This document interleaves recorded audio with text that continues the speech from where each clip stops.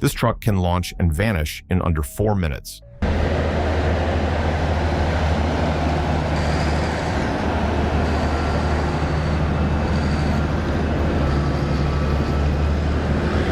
Russia just revealed mobile nuclear missile systems during massive drills with Belarus, and movement may now matter more than firepower.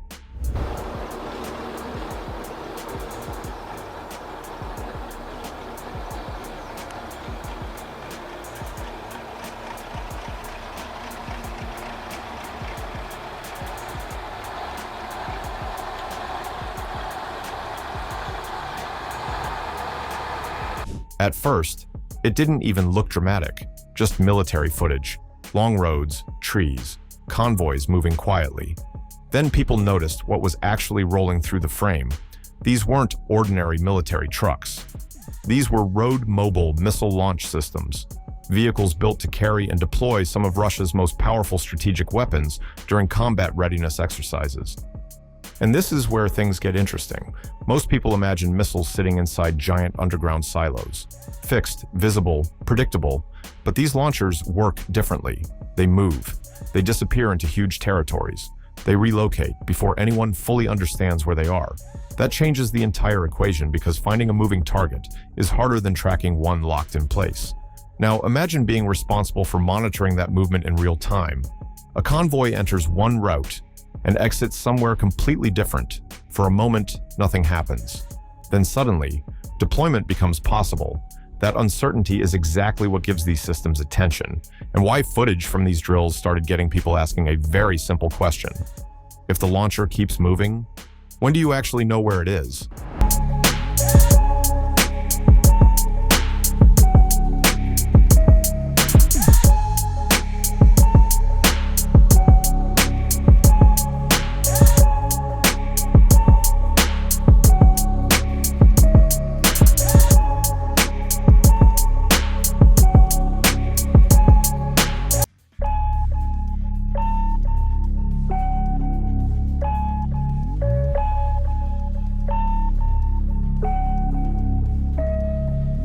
But those trucks didn't appear alone.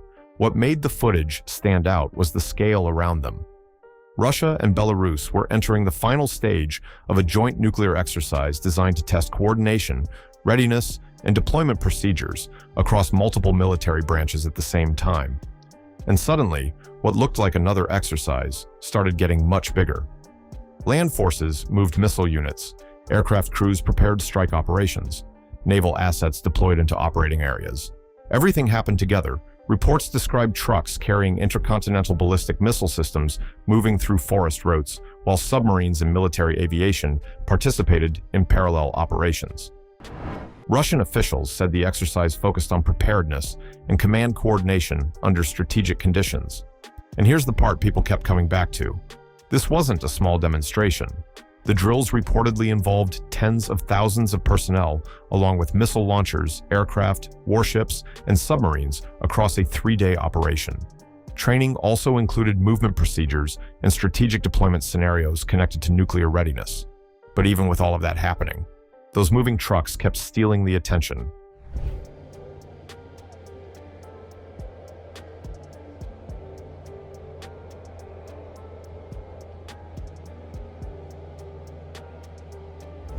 Now remember the opening line, launch and vanish.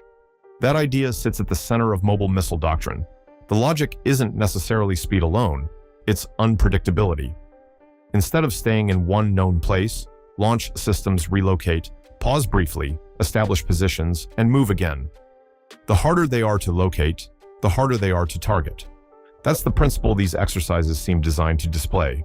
And this creates something strange. The launcher doesn't need to dominate the battlefield visually. It only needs uncertainty to exist.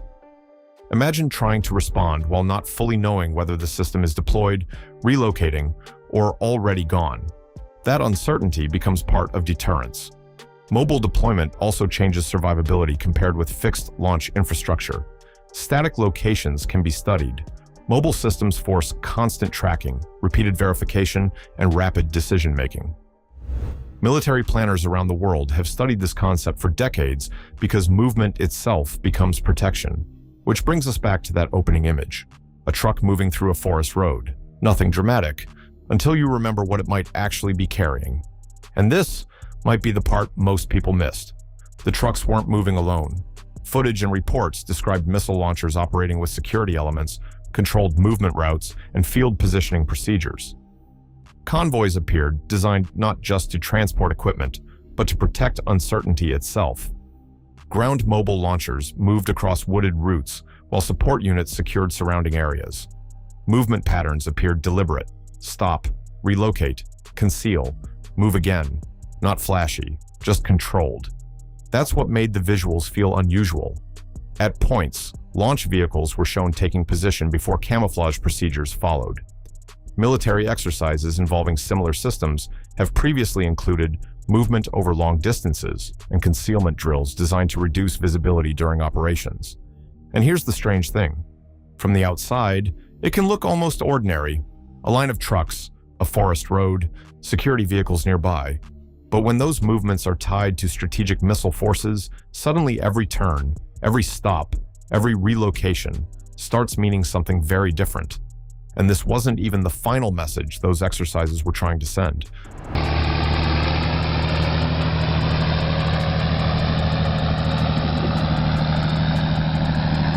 But here's where the exercise stopped looking like a convoy drill and started looking like something much bigger.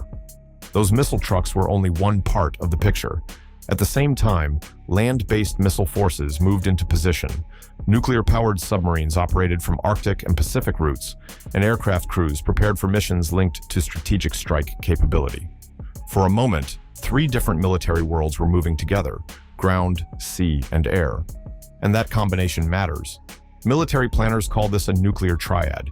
The idea is simple. If one part becomes vulnerable, the others still remain available. Land systems bring mobility and reach. Submarines provide hidden presence. Air platforms create flexible response options. Together, they create multiple layers of deterrence instead of relying on a single method. And maybe that was the real point.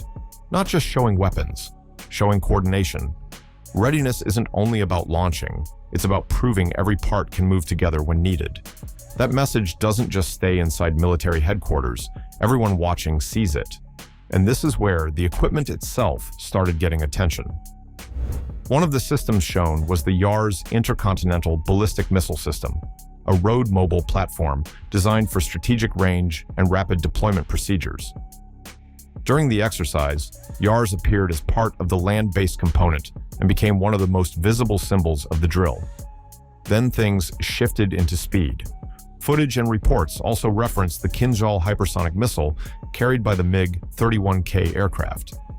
The aircraft's role is important because it serves as the launch platform, allowing the missile to be carried and released from the air before continuing toward its route. But that wasn't the only system shown. The exercise also included the Zircon hypersonic missile as part of the broader demonstration of strategic capability. These systems attract attention because discussions around them focus on speed, range, and response timing, not because they make defense impossible, but because they compress decision windows during crises. And suddenly, those moving trucks from earlier didn't feel isolated anymore. They were part of something connected.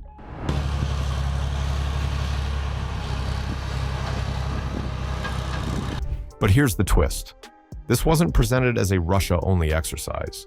Belarus became part of the operation in a much more visible way than many expected. Reports described procedures involving the delivery of nuclear munitions to field storage locations connected to missile units operating inside Belarus during the exercise framework. That matters because drills like this aren't only about equipment, they're about coordination. Preparation procedures, command communication, movement timing, and deployment sequences all become part of the training. Belarusian participation showed a deeper level of military integration between the two countries than simple observation exercises.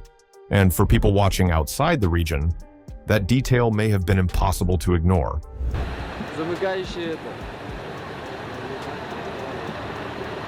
На ее базе устанавливаются ракеты тактического назначения и разные другие вооружения. А теперь прошу вас заснять всю таковую. Now, hold on. Because military drills almost never speak only to soldiers. Officially, Russia described the exercises as preparation, readiness testing, and maintaining security in what it called a more unstable international environment. Russian officials framed nuclear forces as a last resort guarantee rather than an operational objective. But military exercises also communicate. That's why cameras are there. That's why footage gets released. The timing came during continued tensions surrounding the war in Ukraine and ongoing arguments between Moscow and Western countries over military support, regional activity, and security concerns involving NATO members. And this is where it gets complicated.